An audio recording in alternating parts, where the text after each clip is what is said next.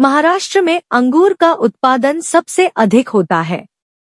हालांकि अंगूर किसानों को कई तरह की समस्याओं का सामना करना पड़ता है।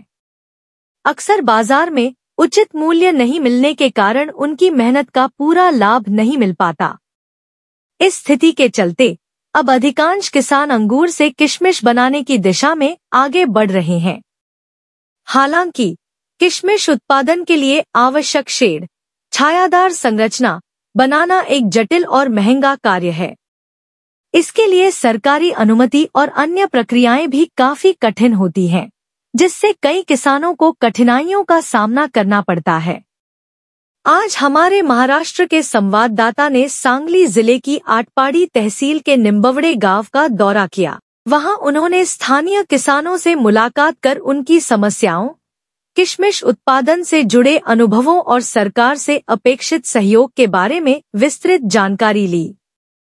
किसानों की इन परेशानियों को समझकर उन्हें समाधान प्रदान करना आवश्यक है, ताकि वे अपनी उपज का सही मूल्य प्राप्त कर सकें और आर्थिक रूप से सशक्त बन सकें।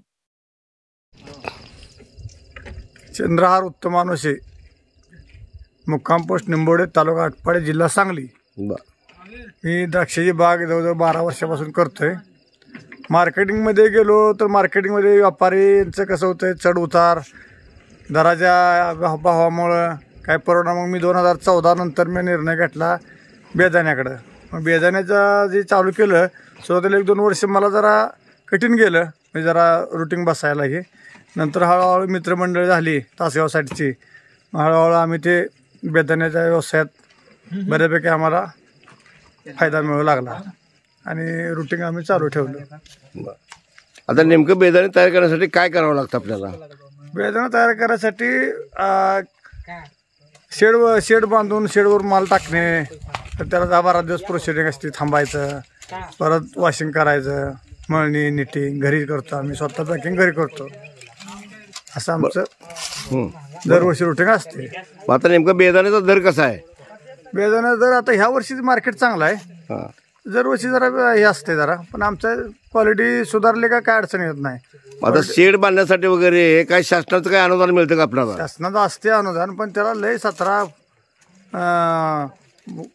फायली द्यायच्या, ही द्यायचं ती द्यायचं, त्यात वेळ जातोय, परत त्याला व्याजदर ही, त्यामुळे आम्ही त्याच्या भानगडीत पडत नाही। बरं, आता सांगली जिल्ह्यामध्ये बहुतांश लोक द्राक्षवाले बेदाण्याकडे वळालेले आहेत, काय नेमकं याचं कारण आहे? बेदाणा तासगाव सांगली, आमचा सांगली जिल्हा हे बेदाणा म्हणजे माहेर घर असल्यागतच आहे। हा, बाकीच्या इतर जिल्ह्यापेक्षा आमचं सांगली। आता नेमका दर काय आहे नेमका?